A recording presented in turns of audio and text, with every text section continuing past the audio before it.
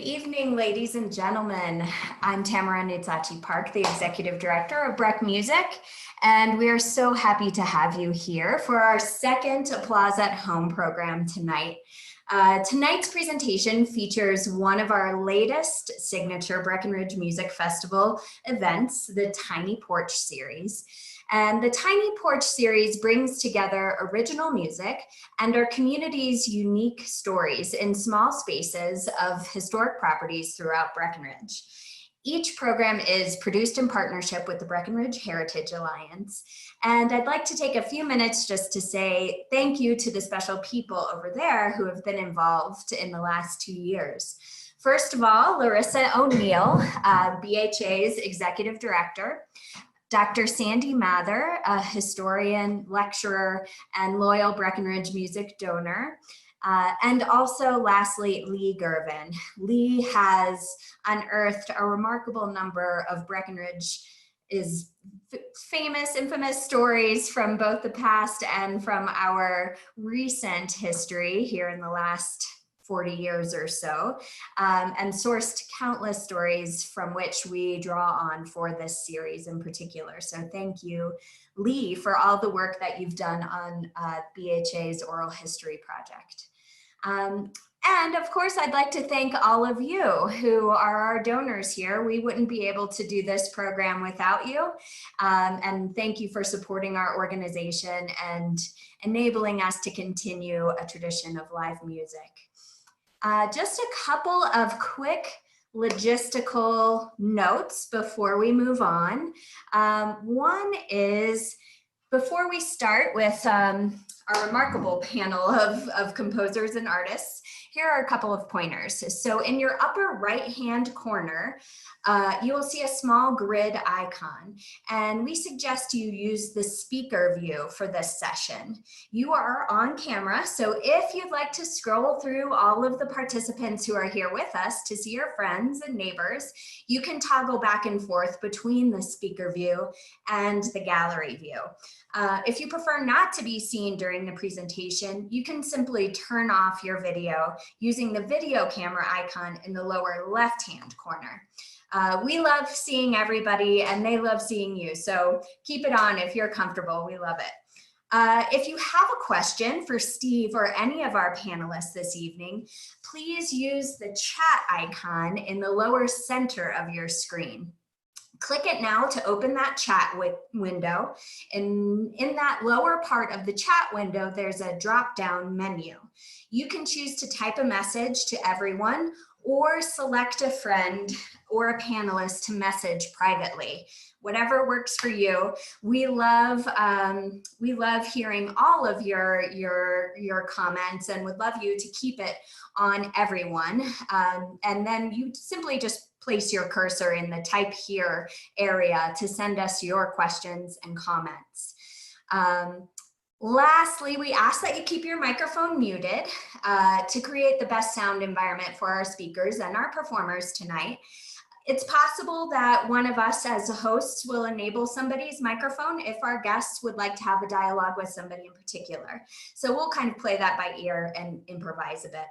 So now that you know how to talk to us, let's begin our program. And again, don't be shy. We want to hear your thoughts and your questions.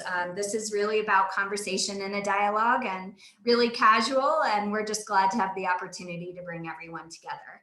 So without any further hesitation, I'm so glad to welcome back Stephen Schick, our artistic director and conductor of the Breckenridge Music Festival.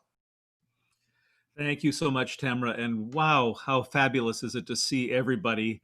I had such a fantastic experience the last time, and I've been looking forward to this for the last couple of weeks. And I see some people who are clearly and evidently in the high mountains, and others may be elsewhere, but here we are through the miracle of Zoom, all talking to one another. And as Tamara said, this will be just a chance to listen to a little bit of music and to talk to some wonderful composers and to remind ourselves of the very, very special environment that you all have created with us and for us in Breckenridge.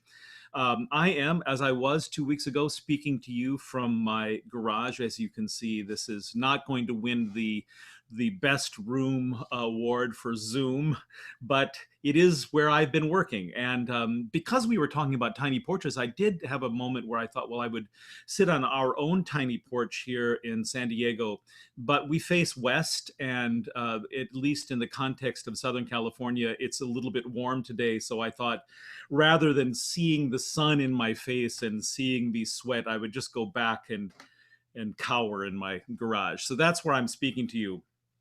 The tiny porches idea was one of those ideas that just burned so brightly, and I remember exactly where Tamara and I were and what we were talking about when we came up with this idea together. And it came actually from a comment that was made as a part of my interview process to be your artistic director. And we were sitting and talking with various people from the board and the orchestra, and someone said to me, you know, this is a community. Breckenridge is a community. This is what we care about. This is how we speak to one another. This is the atmosphere you could expect if you come and join us. And I don't know if that person could possibly have expected that that would be the most important thing that could be said to me at that point. Because of course there are lots and lots of opportunities to play concerts and to travel around the world. The idea of finding community is much rarer and much more valuable and was much more important to me. So as soon as that was mentioned, I knew that if you all wanted me, I wanted you. And that notion of community really is a part of the bedrock of tiny porches.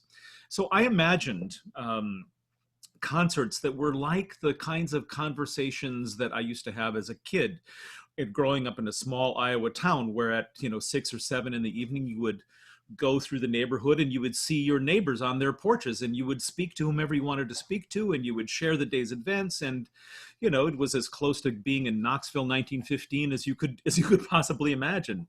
And so we tried, at least, to build a musical event initiative around that idea. Imagine coming to one of those beautiful small porches in a home in Breckenridge, where you could talk to your neighbors, you could tell stories, you could listen to stories, you would have the chance to hear music that was meaningful to people. And so that was the basis of this. And we put this thing together with the idea that we would have some chamber music. We would have newly commissioned works by really exciting emerging composers, and we would have stories. So if you can imagine the combination between old stories and new music, that was at the basis of the Tiny Porches idea. And we had a fantastic time. I had the slightly questionable idea that this should happen at around 6 p.m. on Wednesdays, because in the guest conducting year that I did in Breckenridge before I was hired as your artistic director, it was a drought year, and at 6 p.m. it was the most glorious mountain weather you can imagine. I thought, that's exactly what we want. 6 o'clock. Well, we went back to more normative weather patterns last year, and at 6 o'clock, just as you would expect in the mountains, there was an enormous thunderstorm. So all of our plans to have these in beautiful outdoor settings scattered throughout Breckenridge were for naught. We moved inside. Everybody rolled with the punches. We had a fantastic idea, a fantastic response from everyone. Everyone was great. And I thought that the events themselves were delightful. There were stories. There was new music. There was some traditional chamber music, and it all wrapped together into a kind of community outlook. So that's where we started. Now, when we started, Tamara and I, and along with Monica and the rest of the Breckenridge team, began to think of, well, whom could we explore for possible contributions in terms of music and stories? Tamara's already talked about some of our wonderful contributors on the side of the story, but I had begun thinking about composers, and the very, very first name on everyone's lips was Leon Joseph Littlebird. Everybody said, if you want stories and music, you don't need to look any farther than Leon. He can give you both. And sure enough, we began our first rehearsal of Leon's new piece a piece that probably needed an hour rehearsal but got a 3-hour rehearsal because we were just so delighted with each other talking and telling stories, that's how we began. And it was a beautiful piece called Meeting Place. Now, Leon wrote the music, and it was arranged for a chamber ensemble drawn from the Breckenridge Festival Orchestra by Max Wolpert. And what we would like to do is to start today's program by revisiting that very first Tiny Porches commission from Leon Joseph Littlebird that we'll hear right now. And it is very appropriately entitled Meeting Place. That's what we wanted Tiny Porches to be, a place to meet, tell stories, and hear music. And Leon created a musical environment, a landscape in which people felt welcome from all walks of life. So let's start by hearing our recording made last summer of Leon's Meeting Place for a chamber ensemble, drawn from the Breckenridge Music Festival. And the wonderful musicians you're about to hear are Leon Joseph Littlebird on flutes and percussion, Jessica Petrasic as flutist, Alex van der Ebse, the oboist, TK DeWitt, bassoon, Nick Brown, bass, and I believe I picked up some drums at some point or another. So let's listen to Meeting Place. Thank you for joining us.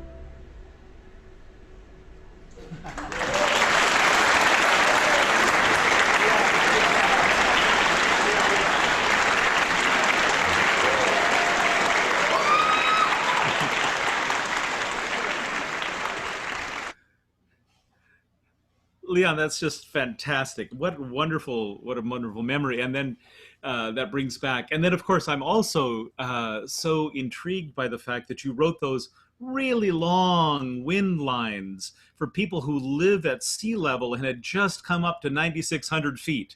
And they did beautifully. It was such a beautiful performance and wonderful music. So thank you.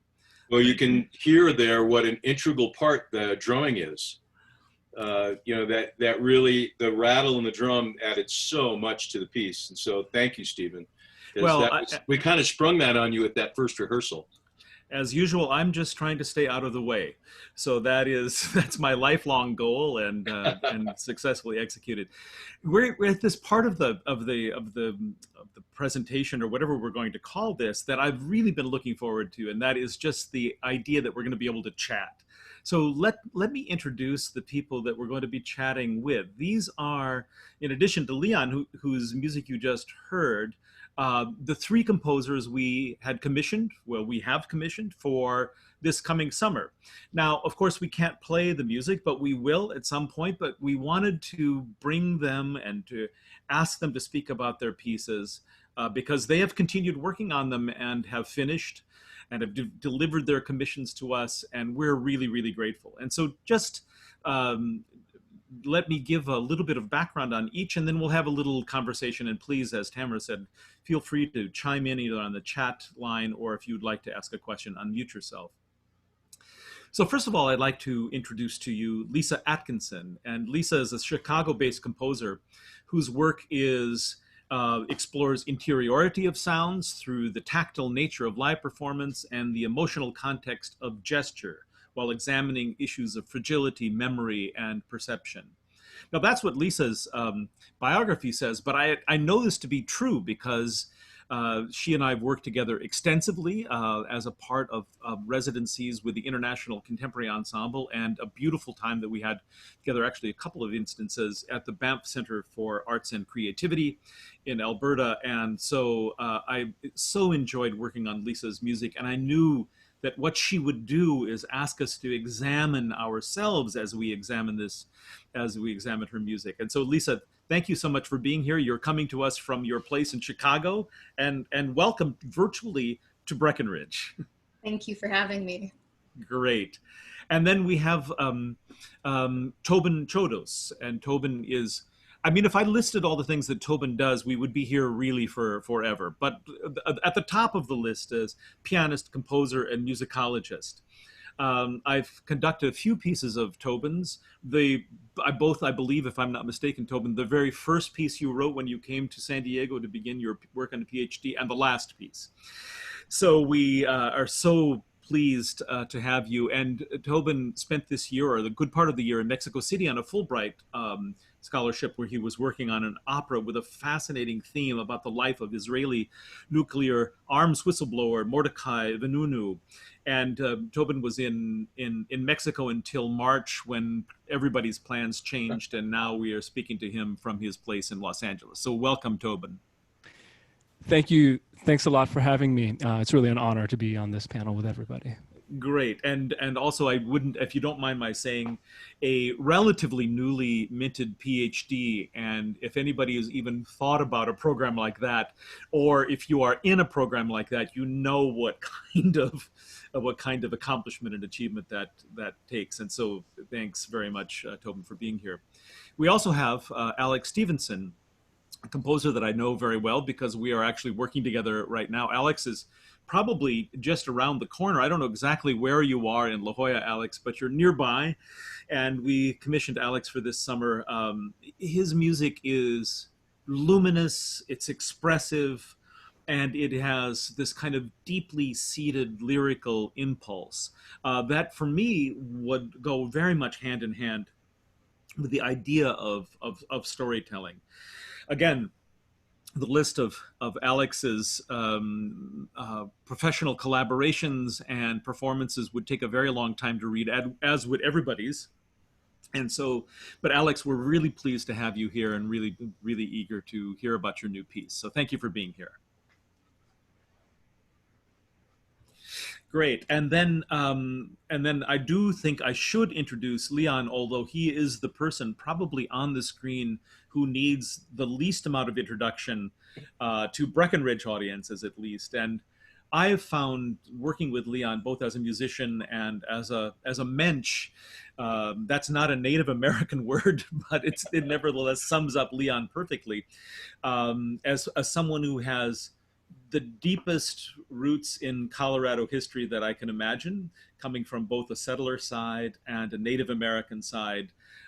Leon, you're a multi-instrumentalist and a composer and a storyteller and a raconteur and an educator and someone engaged in outreach in every way. So thank you for being here as well. It's my pleasure. Thank you very much. So since we just heard your piece, Leon, let's start with you. The name of the piece itself, Meeting Place, is so evocative. Can you tell us how you began this process or where this music comes from? Was it a piece that you made all at once, or are these ideas that you've been toying with and playing for a while that you and Max put together? Can you give us a little background? Well, yes, it was. It goes historically into my family history, actually. The pioneer side of my family, who arrived in Colorado in 1859, which is when the first European settlers really got here.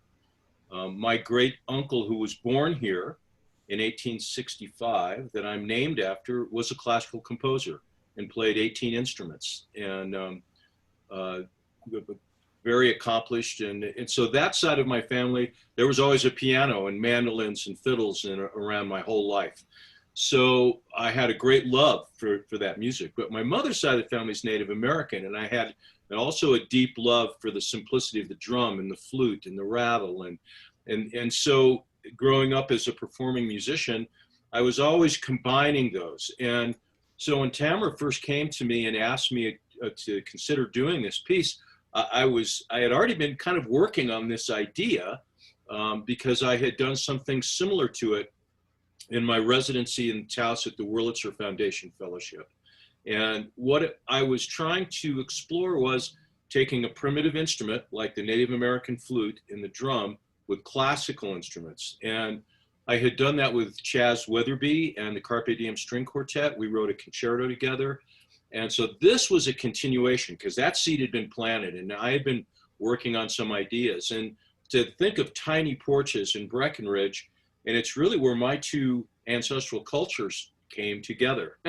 So Meeting Place. And so that was really a big part when I started working with Max is let's make these two genres of music come together in such a way that they really make something new and fun and different. Well, I think you really did that in your work with Max, where his job was essentially the scoring for the classical instruments. And although I know that you had a lot to do with that as well, but what the two of you did together, I think is fascinating because these moments of intersection between the native flute and the orchestral soprano flute are fascinating because we think of flutes as being, well, in essence, they are simple objects. They're hollow tubes that you blow through, but the evocation, the language that they bring along with each other, that you hear in the marked difference of tone color, or even in the way their slightly different pitches in the scales, is this amazing thing. You get these two stories which both merge but remain distinct from one another, and I found that to be the most fascinating thing. And actually really a great metaphor for many of the problems and the situations that we face today. The native percussion along with a Western concert, classical contrabass, for example, being two things which are timekeepers in different cultures. They can work together, but they don't lose their identity. The metaphor is really beautiful. Were you thinking about extra musical or societal elements when you were working? Oh yeah, absolutely. And to your addressing the tonality of the instruments, you know, in that piece that you just heard, I played 4 different flutes. So I was having to switch instruments because as the piece changed and tonally, the flute that I play is just a hollow stick with 5 holes in it. And so each flute had its own spot. So And that part of it to me was really cool because you had the other players were so phenomenal and extraordinary in their gift and their talent. And the way we found this interplay together, we had so much fun because they were kind of experimenting and fitting in a little different pocket, and things were really that we were very much thinking of. It was like the combination of two things that when they come together, they work, even though you may not think that they would. Oh, they really do. Native Leon. flute and oboe, you'd be like, really? You're good, you know? And it was beautiful. Sorry, I'm sorry, didn't mean to interrupt you. But the thing that I find so fascinating is that all of these instruments are kind of avatars for the human body. In other words, there is a skeleton, a hard kind of exoskeleton, something hollow and resonating in the middle. And so they work because they all somehow function the way we do, I think. And it's one of the fascinating things for me about the drum, because I think of the drum as a kind of lung, just in the way the flute is. Well, you know, the history of the flute, the oldest known human-made instrument 65,000 years ago was a Neanderthal cave bear bone flute that had 3 holes in it. So this caveman made this bone flute, and 4 of those notes are in the minor pentatonic scale. You know, he had no concept of the minor pentatonic scale.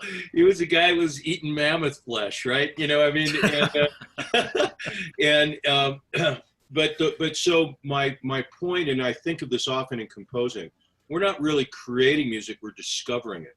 It's like the music already exists, we're just discovering it. And that's, I think of myself kind of as an explorer in that way, to go out and bring new ideas and things together so you hear something new and refreshing and that you've never heard before. Well, it's fascinating, and you can see why the first rehearsal was 3 times longer than scheduled, because we got into these kinds of conversations. I'd like to, and we were having fun, and we were having fun, and it was in the middle of a big mountain rainstorm, as you recall. It was blowing and raining outside. It was fantastic.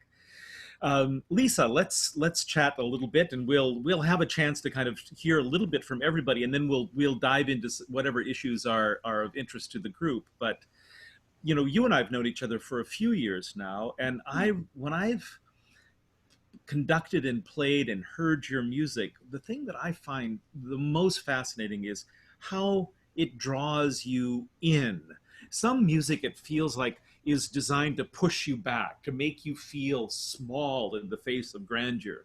You know, you hear the end of a Mahler symphony or something like that. But when I have conducted your music and heard it in concert, I find myself constantly leaning forward, trying to hear almost inside the sounds. And sometimes you choose instruments that help us also focus on the small details. I don't know if that question if that makes sense to you as an observation about your art, but I wonder if you could talk a little bit about how you choose your sounds and how you choose this kind of funnel to the inner. Yeah, thank you for saying so. I appreciate the comment. I think more than anything, quietness is something that plays a role in my music. I like to joke it's because I have a quiet voice, and so all of my music is quiet. But I think it's more that it has this kind of duality about it. It has this ability to both repress and reveal, in that, you know, silence is something that is not being expressed, but also reveals what is going on atmospherically, for example. And I think that there's a lot to explore in there. And as far as, and the way that translates for me into instrumental sounds is finding sounds that happen in those quiet places. For example, with the saxophone per se, where I think I will go out on a limb and say we don't really think of that as necessarily a quiet instrument. No, right. Yeah, but there's this really fragile point at which, with quietness, things start to break down in the sound, and I think there's a lot of vulnerability and beautifulness in that fragile space, in that very quiet space. I agree completely. And you know, if art is designed in part to give us aspects of life that we lack in our daily moments, then I think finding musical spaces which are softer, quieter, that have silences in them, and that allow us to explore those spaces is a huge gift. Yeah. How does it feel then? Because you've lived in cities, as I know, for the most of your life. What is it like to make music like that in the context of Chicago? Um, I, I haven't really thought of, no, that's a lie. I've totally thought about this. Um, I grew up in Colorado, and we grew up kind of in the middle of, it's not the middle of nowhere, but it was very small when we moved there in 96, which I think I grew up kind of used to having, not being heard because no one else is around. But in a city, being in New York before I was here in Chicago, and now being here in Chicago, there's also this difficulty to be heard in crowded spaces. And screaming doesn't seem to work. Not sometimes, yeah, but screaming doesn't always seem to work. So I think I find quietness as a way, feels a little selfish, like it's like, listen to me, I'm so quiet, so you have to listen. But I think going off of this quietness, and you brought up space, I think about it a lot as creating community, which you need people around to do that, in that everybody kind of becomes a part of the performance. If you shuffle in your seat, if you hear someone change their page, if you hear someone outside. So it becomes this community making music experience, whether you want it to be or not. And I think in that way, you have to think about not only yourself and the sounds that you are making, but the way that that is affecting the experience of others, which I think is a really important aspect of community, is just that consideration for not only yourself, but everyone else in the space. And I think what you're also, part of what you're saying is that there is a storytelling aspect to a performance and an audience in a situation like that. You bring your own stories, and there's space for those stories, is there not? Yeah, I very much think about it that way. I think I write from, I used to be a singer-songwriter back in the day. And for a while, I think I moved away from that. But a few years ago, I think I've worked back to it in a way. And another joke I like to make about my music is that it's all breakup songs. But there are two that are actually breakup songs. But I write from this very emotional place, but I don't necessarily want to tell my story to someone, but hold space for people who have also felt those emotions or can relate in some way. I want to hold space for people. Well, that's a beautiful way of putting it. And on a really practical nuts and bolts level, where are you from in Colorado? Oh, I grew up in a town called Newcastle, Colorado. It's an old mining town. There's a mountain there that's been on fire for hundreds of years inside, aptly titled Burning Mountain, but mostly spent my time between Newcastle and then a town a little bit further east that people might know, which is Glenwood Springs, has the world's largest hot springs, natural hot springs, popular tourist location. 3 hours west of Denver, if that. I see. And so bringing your music, you and your music, back to Colorado, which was actually part of one of our initial conversations, is a really, really rewarding thing for us, for sure. Yeah, and I think it's played into the way that I've been thinking about this piece as well. I, in writing this piece, have been thinking about what it means to have grown up in Colorado, what it means to be an immigrant in Colorado. We came from England in '96. It's a bummer I lost the accent, that was more charming, and what Colorado means to me is land, as a landscape. And in light of recent political upheaval, have also been thinking about my relationship to that land as, in some ways, a colonizer, in that I'm from England, I'm from Europe and all of that kind of thing. But also the way that I grew up there, and that wasn't my choice to be there.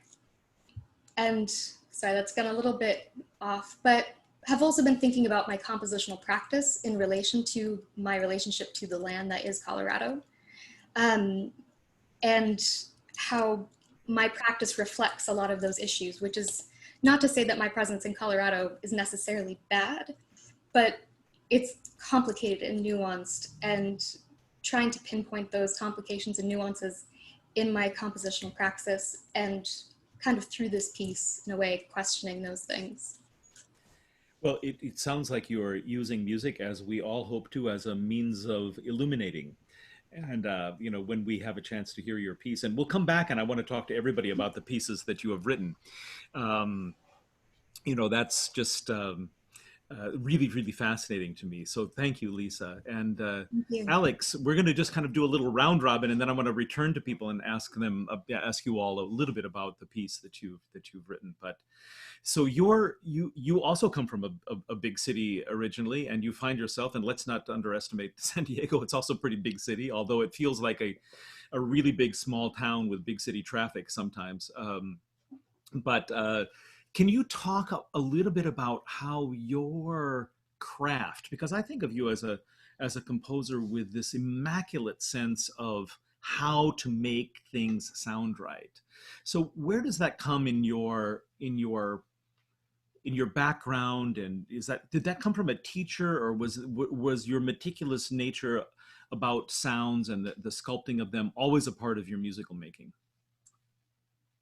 Yeah, thank you for asking that. Well, I guess I can sort of say it's both. There are particular teachers who have really caused me to be very thoughtful about what I'm writing, and you know, maybe also, and I hope a productive way. This sort of thing can get counterproductive, but I hope in a productive way have a kind of perfectionist type tendency about things. But you know, I also, and this is just sort of occurring to me now that you ask that, I think in some ways, though those teachers were in my, you know, pretty recently in my 20s. But you know, I think this sense of wanting things to be kind of sculpted in the sort of way that you're talking about, maybe was with me from a very early age. Some of my favorite subjects in school were, you know, calculus, and I just loved the fact that you could work with these seemingly very complex problems, and yet everything would sort of fall into place if you did it correctly. And maybe that has sort of made its way into the music as well. And yet you have a drummer conducting your music. It is, you are a brave person. You know, I could you talk a little bit about how you choose sonorities and instruments? Because of course, everyone knows, we've been talking about this, that the basis of Tiny Porches is that they're tiny. These are small pieces. You know, we're asking for pieces of just a few minutes in length. And with very, very few instruments. They have to fit in both the temporal and also the spatial limitations of a tiny porch. So what particular problems are posed to you as you think of, you can't have an orchestra, you can't even you can't have a piano, you know, you have to use things that can be put on a porch. So how did you decide, and what did you decide? Yes, so in this particular case, for this Tiny Porches piece, I guess I decided to sort of embrace that problem that you're pointing at to the greatest degree possible. And so I sort of set myself the task of writing for a very unusual instrumentation, which turned out to be violin, trombone, and a very small setup of percussion instruments. And I mean, I can go a little bit more into sort of how I was thinking about, you know, utilizing that instrumentation in my compositional process, but it really sort of emerged out of thinking of the violin as this kind of storyteller. And then just wondering, what are some interesting, unusual, unexpected to me, instruments that I can sort of add to sort of enrich the sonic palette of this storyteller. And so are you sort of setting up a conversation amongst these instruments, and are you this is what I'm imagining, that you're saying that the violin is the storyteller. Now, what kind of partner in dialogue could you put to make for a really interesting, maybe even a little quirky story? And of course, you chose the time-honored trio of violin, trombone, and percussion. We've heard that since the Renaissance, of course. No, I actually don't know. Is there another piece for violin, trombone, and percussion? I can't say off the top of my head that I'm aware of one. I certainly wasn't aware of one when I asked to do it. Yeah. You have thusly cornered the market. Fantastic. Well, as I said, we'll come back and talk a little bit more about what you actually did in the piece and hear it just a bit. But I'd like to bring Tobin into the conversation, because my question for Tobin is the same one I've always had for you over the years that we've known each other.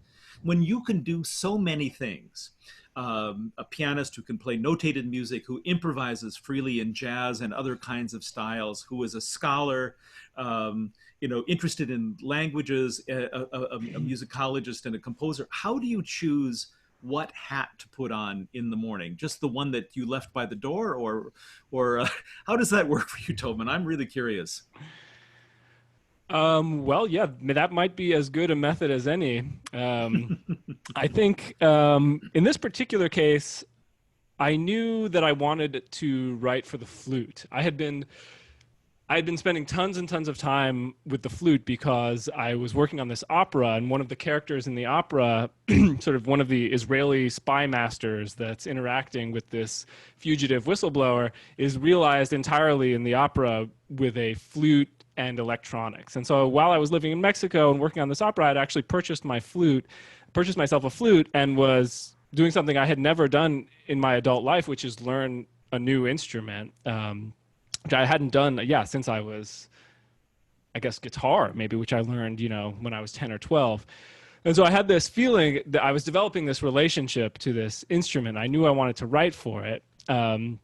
So that much I knew. And then, speaking about this piece in particular, to do a work for a concert that had storytelling in it, I thought, since the flute really reduces me musically, I have so little on the flute, I have so little at my disposal, that inevitably the sounds that I produce are just of the most raw sort. They're sort of a very raw expression of who I am as a person, as a human being. And I thought the most basic and raw kind of story that we all hear at some point, if we're lucky enough to have parents who sing to us, is lullabies. And so I sort of very early on in the process of writing this piece, I got committed to the idea that it would have a flute, and it would be some kind of lullaby, that it would tell some story with some type of lullaby theme. So I don't know if that answers your question, but it's just whatever hat was on the door, in other words, yes. It's a fantastic. Can I ask a question to the side of this conversation? I mean, we're supposed to be focusing on Tiny Porches, but I'm fascinated by your opera. And how did you choose a theme like an Israeli whistleblower in the arms race as your topic? Yeah, it's bizarre, isn't it? It's it's not fascinating. Only, the truth is, I don't remember the first time I don't remember where I learned about Mordechai Vanunu, but I've sort of followed him for a long time. In 1986, he illegally fled the state of Israel in possession of secrets that revealed that Israel was maintaining a nuclear weapons program in violation of various international treaties. And he's still alive, actually. He's not allowed to leave the state of Israel, and he's not allowed to speak to any non-Israeli citizen. And so I've sort of been a fan of his. I watch his Twitter page. He posts bizarre poetry. For a long time, I've sort of followed Mordechai as this very interesting person in late 20th century history, and I think a great subject for an opera. But the opera, not only is it about this unlikely whistleblower, but it's actually a Cold War espionage opera that is in both English and Spanish that we're planning on staging on both sides of the U.S.-Mexico border. So I know it's a mouthful, but I've been living with it so long that to me it seems natural. Well, you know what I find fascinating about all of the comments from the composers thus far is, and going back to Leon's comments about his piece from last year, is just that you know, you are really exploring life through your music, and I'm so appreciative of that. And I wonder if we would just hear a little bit of a couple of the pieces. I can get lost in these conversations, and so I'm going to do my best not to. In fact, so I wonder if we would hear a little bit of the pieces. And I wonder, Alex, do I understand correctly that you have a little sound file you can play for us? That's right, yeah. The violinist Ilana Waniok, who is a dear colleague of mine, very graciously recorded just a brief excerpt of this sort of storytelling violin part. Yeah, I think Tamara or Monica has. Monica, I think you have the clip, and we'll listen to a little bit of Alex's piece.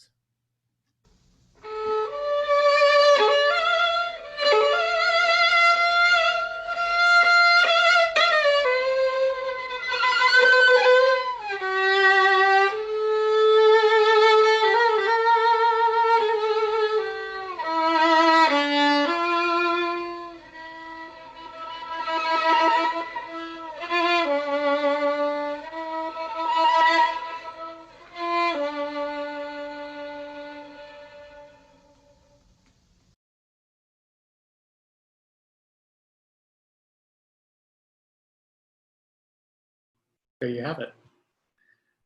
That's fascinating, and I was already in the story and wanting more, wanting more.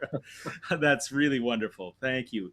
Makes Sure. me so keen and eager to hear the piece when we have a chance to do that. And Lisa, we don't have a clip from you, but we didn't explore your thoughts about your piece, and I wonder if we could just take a second for you to tell us, as Tobin and Alex have, about your instrumentation and your approach to the music. Yeah, of course. I'm writing for viola, cello, and glockenspiel. Lovely combination. It's interesting to have the percussion as my soprano voice in a way. And in going up, something that I've been doing a lot in writing my music is working a lot with text, and working with text that is evocative of what I'm trying to communicate, or the space that I'm trying to hold with this piece. And something that I don't do often is overlay two sets of text, but it's something that I'm trying with this piece. And what I'm overlaying is a stanza from a poem by Ray Armantrout titled Riddance, and then two not oft sung lyric stanzas from Woody Guthrie's This Land Is Your Land. And what I'm hoping to achieve is this, or what I'd like to read really quickly is the Ray Armantrout poem, kind of guides a lot of the process, or just the stanza that I'm using. And that is, we expose the homeless character of desire to the weather. And so this idea of exposing something, the idea of desire, but this homeless character of desire, which I think of westward expansion, if you will, to make a direct metaphor to how we got to Colorado. And using the strings to kind of camouflage this glockenspiel voice, my uncommon soprano, and reveal elements that this soprano voice is playing. Sorry, that got a little weird there for a second, but that's more or less it. Well, it makes me so eager. And you notice that I've written myself into at least two pieces. Actually, I think I might have written myself into all three pieces. So thank you for that. And we're really going to be happy to have a chance to play that live. I'm going to ask Tobin the same kind of question, although Tobin, you've given us some answers already. And I know you've got a little bit of an excerpt from the piece that you've written for us. And I would just invite anybody who might have a question for any of the composers to type that into the chat line, and I'll make sure that we get that to people if you would like to do that. And Tobin, would you set up what you're about to play for us, please? Sure. Yeah, I think the easiest way to perform this piece here in this setting would be simply to play the lullaby that gets varied in the lullaby and variations sequence. So it'll take about a minute, and it's just a very straightforward my version of a lullaby melody. Shall I play it now? Please do. I think that's great.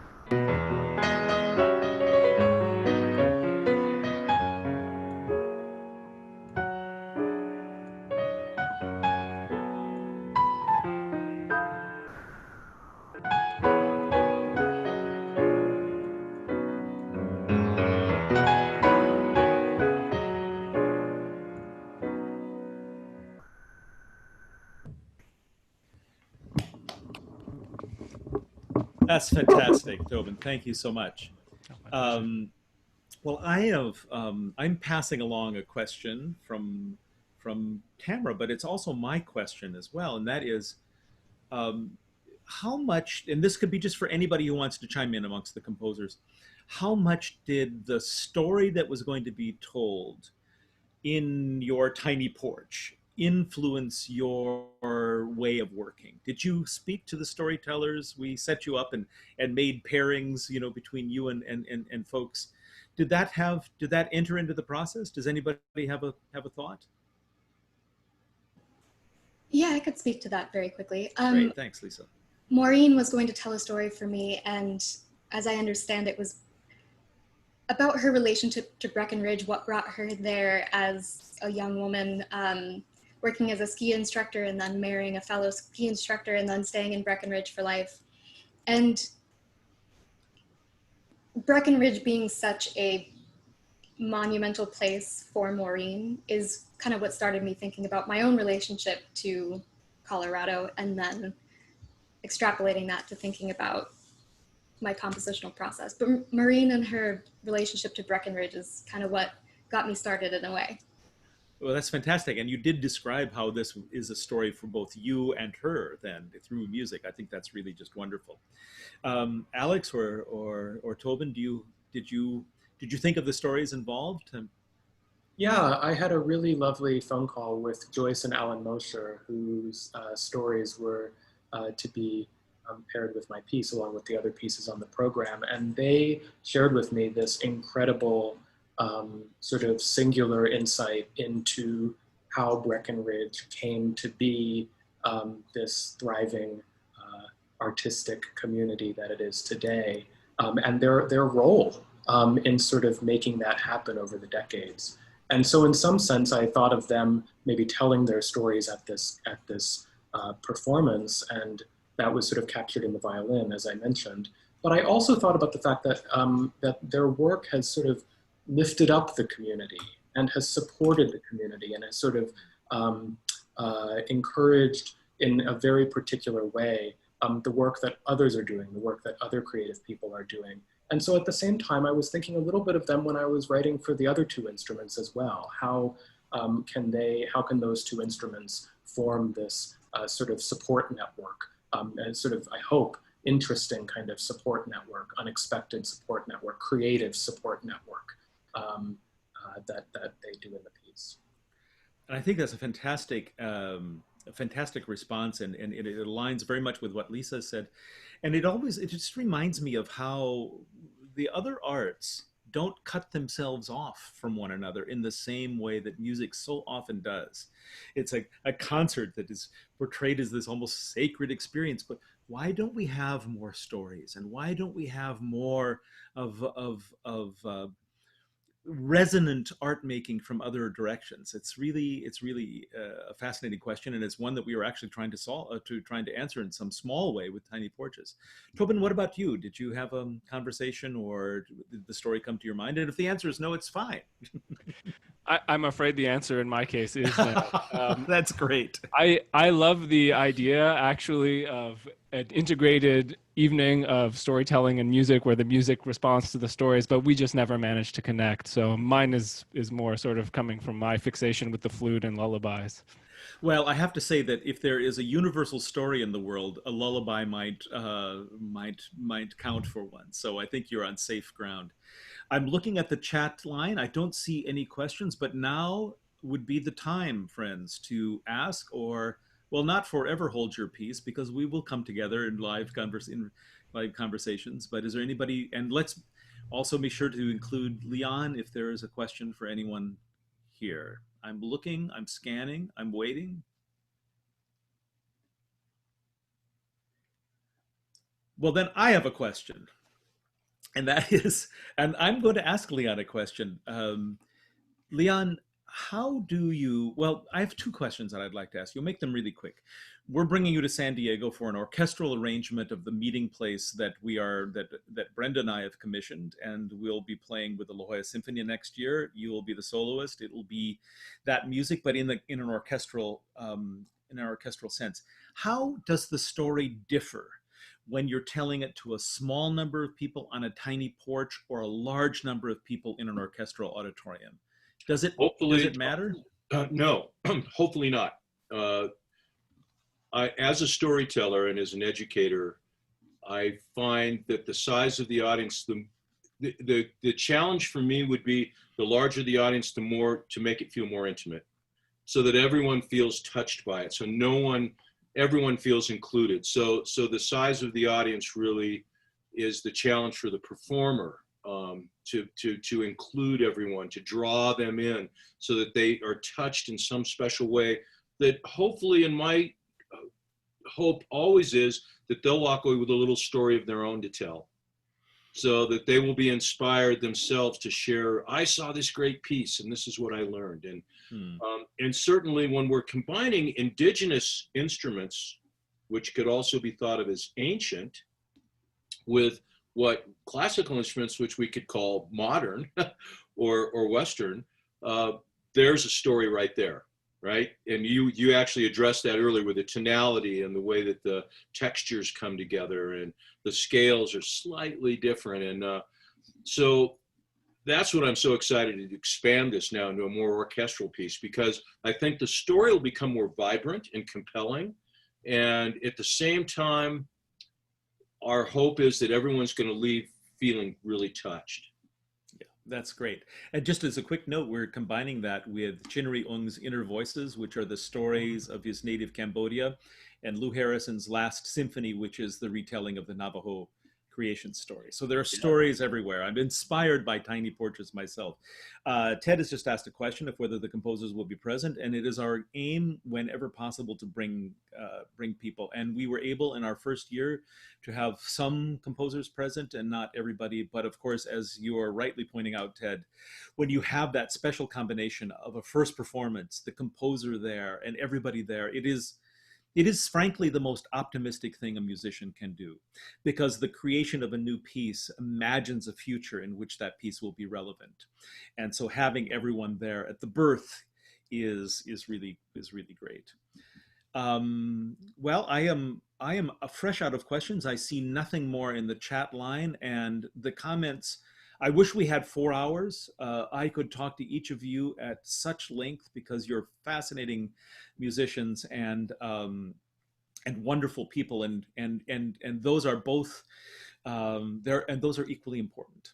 And so what we'll do, I hope we have whetted the appetite of everybody here, so that when we are back together making music together and we hear these pieces performed live for the first time, that you will be there, you will remember these conversations, and you will celebrate the music making that we all are doing and making possible in Breckenridge. And so we are just about at the hour-long mark. I think everyone has got a full evening ahead of themselves. And so why don't we say farewell until our next time? And then Tobin has very, very graciously offered to play us off into our evenings. Tobin, what are you going to play? And so we'll wave goodbye and listen to you play. I think I'll play a classic Thelonious Monk composition called Reflections. It's sort of a melody that mixes sad and happy and ugly and beautiful in a way very characteristic of Thelonious Monk, the composer. So I'll play for 5 or 6 minutes or so, and I know I speak for everybody when I say thanks to everybody. It was really a pleasure being on this panel and participating in this event. Thank you, Tobin. Thank you for playing. Thank you for everybody for being here. It's so wonderful to see your beautiful faces. Could I just ask you just once to unmute yourselves and let us applaud the composers, and then we'll move right to fantastic. Thank you. Be well, be safe in body and spirit. So thanks, Tobin, and thanks for everybody for being here. Don't say anything.